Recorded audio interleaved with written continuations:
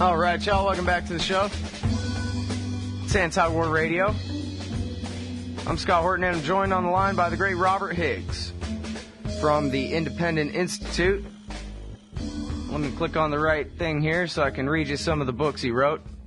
Crisis and Leviathan, Depression, War, and Cold War, Against Leviathan, Resurgence of the Warfare State, Opposing the Crusader State, Neither Liberty nor Safety, The Challenge to Liberty, Arms, Politics, and the Economy.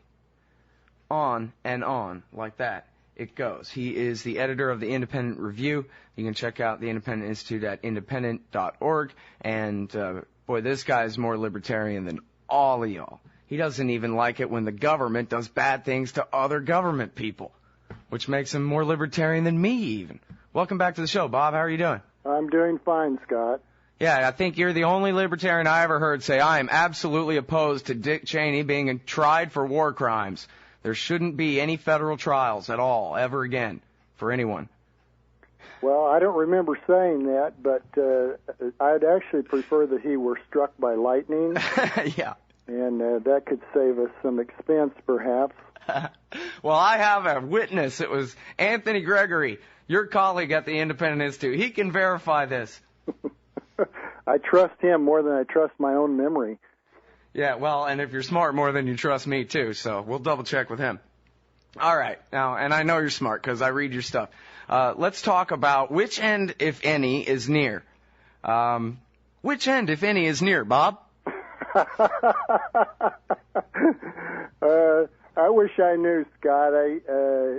I assume you're referring to a little piece I wrote recently, which was a kind of lament, I think, about the proliferation of doomsday forecasts or expectations or hustles or whatever they are that have appeared, particularly in the last year or so. They're all over the web now, and on certain websites, you get hardly anything else. And some sites have more or less switched over from doing libertarian analysis to doing gloom and doom and survivalism and talking about which guns and ammo are better and so forth. So there's been a lot of this stuff going on, and at some point I found it more than I could take, and so I had to express the opinion that I think most of it is extremely overwrought. Well, you know, I guess I hate to say this, but I'm sort of hopeful about an economic collapse. What Ron Paul always says is that, you know, these horrible policies, meaning the complete and total destruction of any semblance of the rule of law, especially at the national level, but really across the society in terms of at least the way it binds the power of the government. Obviously, it still applies to us. The endless warfare around the world, that this is only going to end, not because people listen to him, but because the dollar's going to break, because our empire is going to fall apart like the Soviet Union. And I always figured that's better than going out like the Germans or the Japanese. A lot of unfortunate things may happen. I'm not at all arguing against that. In fact, I think some unfortunate things are virtually certain to happen. From one point of view, they may not be unfortunate at all. For example, the government's promises to pay benefits under Social Security and particularly Medicare part of Social Security cannot be kept. So if you know arithmetic, you already know that at some point these programs are going to collapse in the sense that they will be unable to pay what they've promised people, and therefore, in one way or another, they will not make those payments. So, yes, that sort of thing is easy to not only imagine, but actually to expect, and people would be well advised to plan for it. But there are a lot of other aspects of gloom and doom being discussed that are by no means sure things. Although I think the dollar conceivably might collapse at some point, I think the odds are strongly against it. And in history, there have been many worse managed currencies that managed to hang on for a very long time. And I won't be surprised if the dollar turns out to be that way too. That doesn't mean the dollar is going to hold its value. It almost certainly will continue to depreciate quicker or slower over time, and again, that's something that people should expect and plan for. But that's a different matter from pell-mell abandonment of the dollar. I think too, Scott, that it's worth recalling that when people long for a kind of overall collapse of the economy, they should think twice about that, because historically collapses like that are virtually never the occasions in which liberty comes out ahead at the end. In my work and in other people's work that I've read about but not really participated in doing the research for, it seems to me that social collapses, and particularly government collapses, generally portend even greater totalitarianism. You know, well, sure, and your book, Depression, War, and Cold War, is the mark of all of that. The Tsarist regime was horrible, but the Bolsheviks were worse. The Weimar German regime was horrible, but the Nazis were worse. People should think twice when they hope for collapse.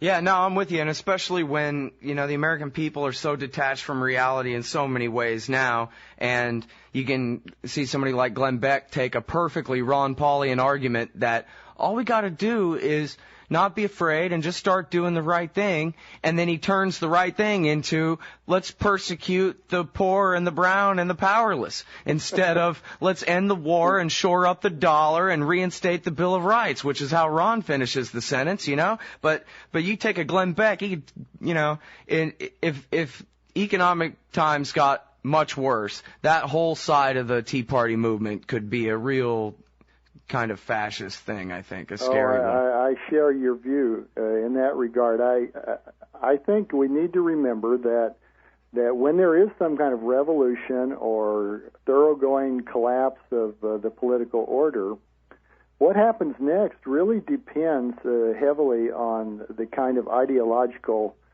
stance that people have and what kinds of preparation and schemes have been made by activists as well. There are sometimes little groups like the Bolsheviks in old Russia.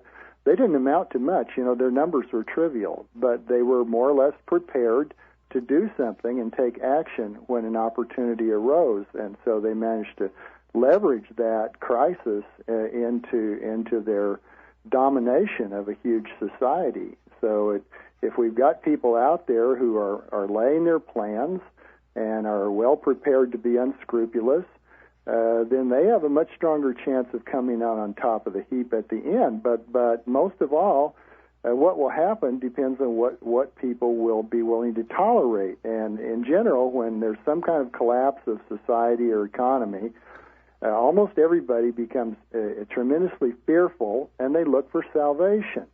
And where they look for salvation and how they expect to find it hinges entirely on the dominant ideology those people hold at the time. And right now, I'm afraid to say that the dominant ideology of the United States is anything but propitious for the cause of liberty. Yeah. So, I can easily see that if things fell apart, we'd come out of it in a few years even worse off than we are now. I don't know what propitious means, but it sounds right. I'll tell you. The Soviet Union, that was certainly a benefit when the Soviet Union fell apart, and yet millions starved. And the collapse of their system was absolutely devastating for the people of Russia and continues to be. And hell, in America, we got FDR. last time we went through a real depression. So yeah, I think. Hold it right there, Bob. I'm sorry. We're going to have to come back right after this break. What's up next? Visit the Liberty Radio Network program guide to find out at shows.lrn.fm. That's shows.lrn.fm. I'm about to have a nervous breakdown. My head really hurts. If I don't find a way out of here, I'm gonna go berserkers. All right, y'all. Welcome back to the show. It's Anti-War Radio. I'm Scott Horton, and I'm so selfish. I'm sitting here pining for economic collapse just because I'm sick and tired of talking about war all day, every day. And yet Robert Higgs is saying that you be careful what you wish for, young man, something along those lines. Now, and then I guess your real point, Bob, is that the American empire is not going to collapse anytime soon. It's going to be just like when Harry Brown died, when I die, 50, 60 years from now or whatever. Everything is still the permanent crisis. Well, I don't think the empire is on the verge of collapse, Scott, but I do think, again, that it's likely that financial constraints will bring about some changes, and in this case, probably some retrenchment. The U.S. government in the last few years has been mismanaged so badly that it's put itself in a position that it cannot maintain indefinitely. Now, the people who run the system, I think at least some of them understand this, and that's why they're busily getting together in Toronto and having active discussions all the time of how to disengage from some of these measures they've taken in the past 2 years to stimulate, as they imagine, the economy in this financial debacle and recession. But even though some of them appreciate the need for them to retrench, particularly to stop adding so much debt every year until they reach the point where the capital markets rebel against them. Now, that will be the real constraint on them, because at some point the people that buy these bonds will simply lose interest in buying any more of them, and in fact will want to hold fewer of them. And when that turnaround comes, and I think we may be in the neighborhood of such a turnaround right now, these governments will not be able any longer to continue spending at the same rate that they've been spending without financing their expenditures in even more troublesome ways, such as by outright inflation of the money stock. So if they reach the point where the financial constraint really begins to bite, they're going to have to reduce expenditures, and that will almost certainly have to include the enormous expenditures on maintenance of the U.S. empire. So I think there is some hope, or reason for hope, that the empire will be diminished in future years. I don't see, with my understanding of the political realities of the world, that it's going to be given up all at once or easily, because a great many people are going to fight to keep it. But I think the fundamental forces that hold up these governments, the U.S. government and the other advanced ones in the world, are now running against them, and so those forces ultimately will probably produce some results in the direction of retrenchment. I think it'll be easier ultimately for the U.S. government to reduce the size of the empire than it will be for the U.S. government to cut down on old people's pensions and medical care and so forth, because that's going to generate just tremendous opposition politically. Well, now, ironically speaking and so forth, what role does the empire of bases play in propping up the dollar, in the sense of impressing upon foreign leaders how they probably ought to still want to buy American securities, huh? I don't think it plays much of a role, Scott. You know, there's a certain amount of intimidation that is part and parcel of the U.S. empire, and so this so-called central bank cooperation, for example, is a reflection of the clout that the U.S. brings to the table, whatever the issue happens to be, whether it's financial cooperation or military cooperation or anything else. But most of the people who hold U.S. debt and the debt of other governments are private individuals and institutions. And I think these people are practically all living in a world of very mobile capital. They can, with a push of a button, move tremendous sums of money anywhere in the world very quickly, and I simply don't think they're going to be intimidated by how many bases the U.S. happens to be maintaining in somewhereistan. In other words, these are simply a gross and net loss. There's no, there's a whole theory that part of the reason that America wanted to attack Iraq is because he wanted to start buying his oil in euros and that kind of thing. And here they wanted to spend trillions of dollars doing a regime change to, in essence, prop up the dollar. But you think that probably doesn't hold water then? I've never thought there was much to that idea, frankly. First of all, the magnitudes are trivial when you look at the amounts of money at stake. There's the example, though, right? There might be example, but again, the U.S. can invade Iraq fairly readily compared to its ability to invade and wreak havoc in a lot of other parts of the world. So I think other factors lie much more strongly behind the U.S. Invasion of Iraq, but in any event, I think the empire is and always has been for the U.S. A net loser, but it's not maintained for its aggregative benefits and costs. It's maintained for the benefits it brings to the people who run it or are cozy with those who run it. So it's a ripoff. It's like virtually everything the government does. It goes about under an umbrella of misrepresentation about national security and weapons of mass destruction, but that's just for the bourgeoisie. The people who actually run the system are interested in much more definite things, and I think in most of the cases where it looks like a screw-up for U.S. foreign policy or the empire in general, these people who run the system still come out smelling like roses. Yeah, of course. You're the one who takes the blame. I saw you on C-SPAN. You're the guy who got us into this mess, you mean old man. Now, which, by the way, I highly recommend Bob Higgs on C-SPAN, Robert Higgs on C-SPAN, the 3-hour call-in episode to anyone who feels like gut laughing all day. Or crying, whichever you prefer. But now here's the thing, though. We run up against what you were saying about when times get bad, rather than the people who run the state retrenching, it tends to be a crisis and Leviathan situation. We go into the Great Depression, everybody blames Bob Higgs and the libertarian free market for causing the problem, and what we need is another New Deal and another New Deal. I'm looking at your article entitled Crisis and Leviathan, at the Independent Institute, which is also the name of your book, talking about the revolution within the form that we're undergoing right now. While everybody's watching the oil spill, there's a revolution inside the White House and inside the Congress as we speak, Bob. And if it's okay, I'd like to keep you one more segment and ask you about that. Okay. Thanks. Hang tight.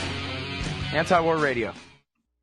Shop at Amazon.lrn.fm, and a portion of Amazon's profits benefit the Liberty Radio Network. Amazon.lrn.fm.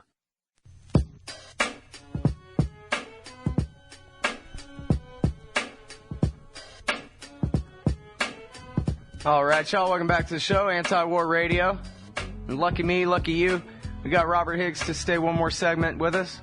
He's at the Independent Institute, that's independent.org, the author of Crisis and Leviathan.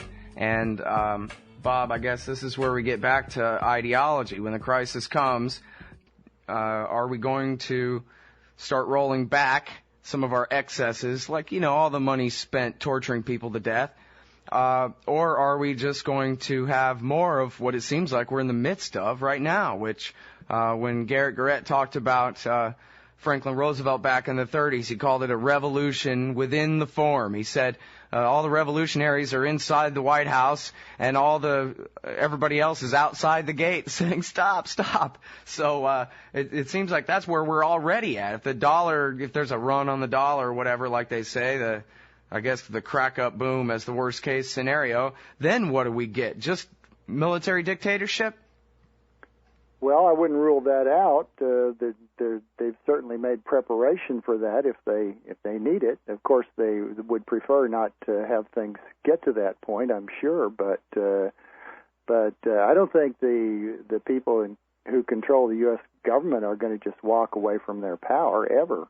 I think they'll do what they feel is necessary to retain their power, and I think they are unscrupulous people, and if they have to do horrible things, that's what they'll do.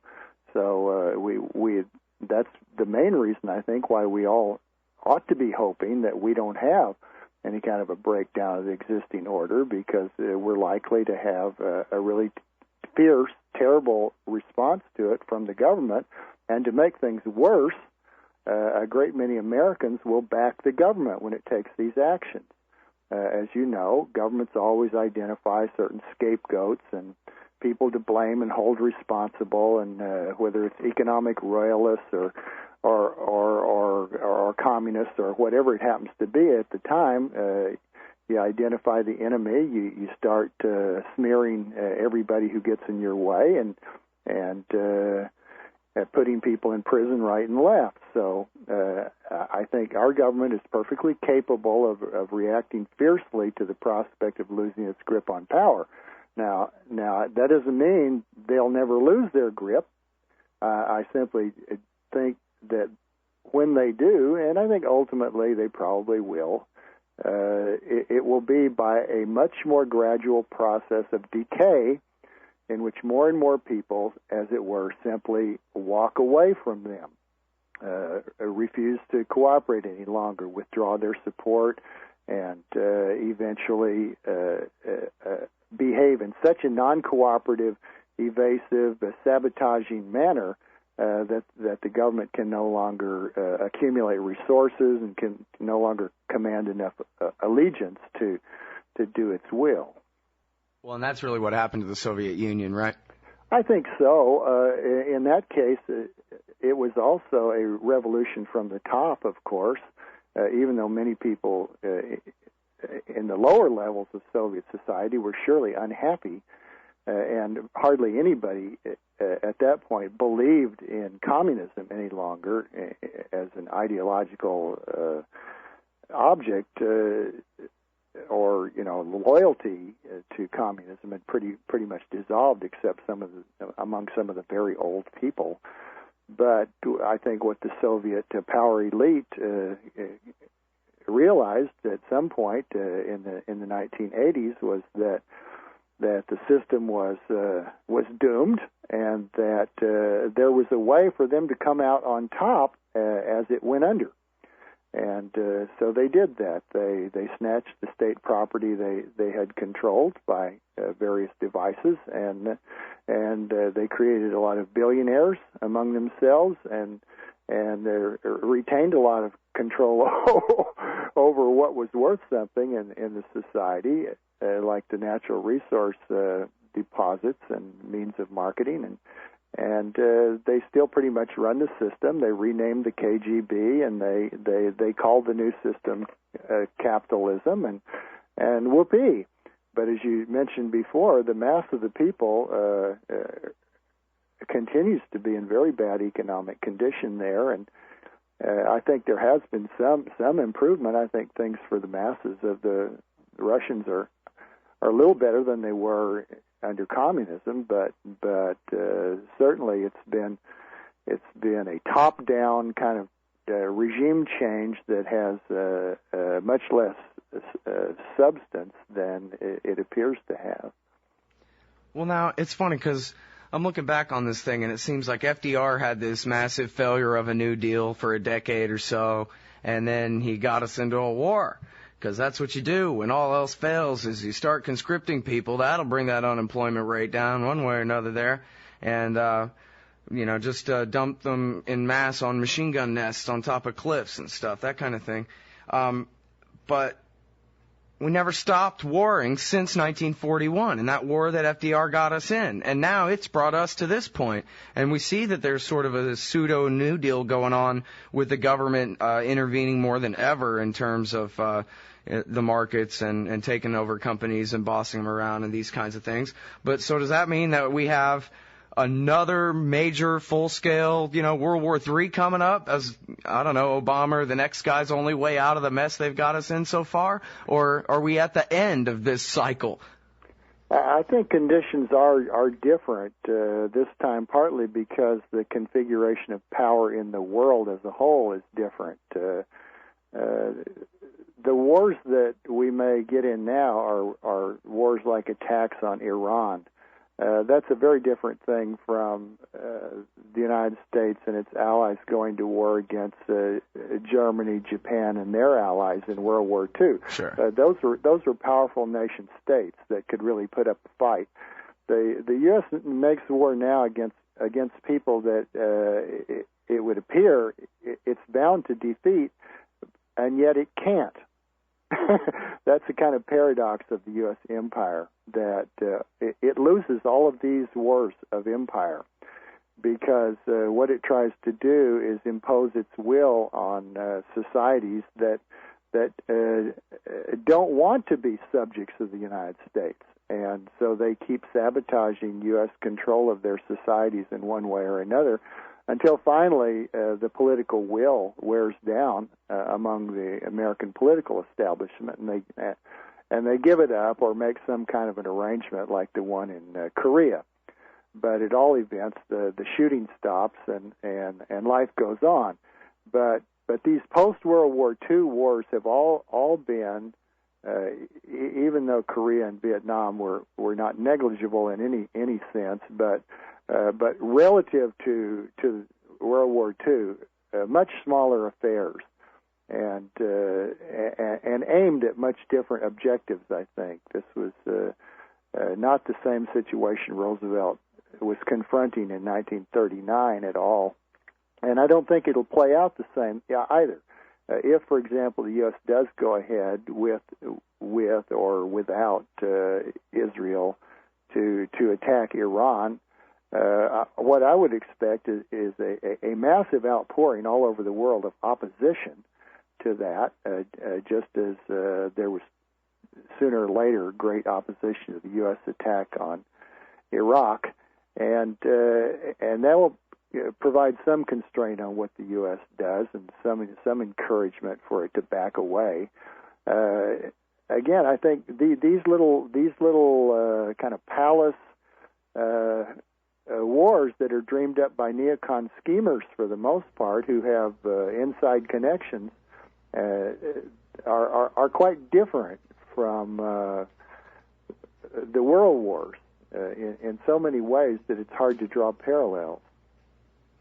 So you think that, if it really did come to, whatever record unemployment and horrible 1930s style situation, that at that point, that's where they'll have to realize and give the empire up rather than going crazy like FDR and expanding. Not give it up, but cut back on it, yeah, I think. At least. Well, hopefully starting with Pakistan, Afghanistan, Iraq, and Somalia for their sake. Thanks so much for your time, Bob, and your wisdom. Appreciate it. You're welcome, Scott. Everybody, that's the great Bob Higgs, author of Crisis and Leviathan and Depression, War, and Cold War. Independent.org.